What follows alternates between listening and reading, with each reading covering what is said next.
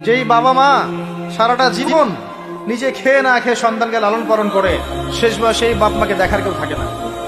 নিজে যখন হাঁটতে পারতো না, বাবা ওর হাত ধরে হাঁটায়। বাবা যখন হাঁটতে পারে না, বাবার হাতে একটা লাঠি ধরায় দেয়, ও হাত ধরে হাঁটতে পারে না। সন্তান হিসেবে আমরা এখন অপদার্থ, নোংরা প্রজন্ম, যে বুদ্ধি প্রতিবন্ধী টিকটক প্রজন্ম। না জানে বাপের সম্মান, না জানে মায়ের সম্মান, না জানে বাপ কি জিনিস, না জানে মা কি জিনিস। যাদের বাবা মা নাই তারা জানে বাবা মা কি জিনিস।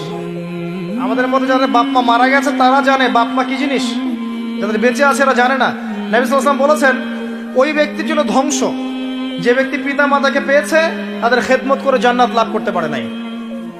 এই ব্যক্তির জন্য চরম ধ্বংস। পিতা মাতাকে কষ্ট দিয়েন না। মায়ের প্রসব বেদনার একটা সেকেন্ডের ঋণ আপনি শোধ করতে পারবেন না। লুকমান আলাইহিস সালাম তার সন্তানকে বলছেন, ইয়া বুনাই লা তুশরিক বিল্লাহ ইন্নাশ শিরকা লাযুলমুন আযীম ওয়া ওয়াসাইনা লিনসানা বিওয়ালিদাইহি হুসনা। তোমার পিতামাতার সাথে ভালো আচরণ করো। হামালাতহু উম্মুহু ওয়াহনান আলা ওয়াহন। তোমার মা তোমাকে কষ্টের পর কষ্ট লালন করে সহ্য করে এই যে প্রসব করেছে। ওয়া ফিসালুহু ফি আমাইন, 2 বছর দুধ পান করিয়েছে। এই ঋণ শোধ করতে পারবে কেউ?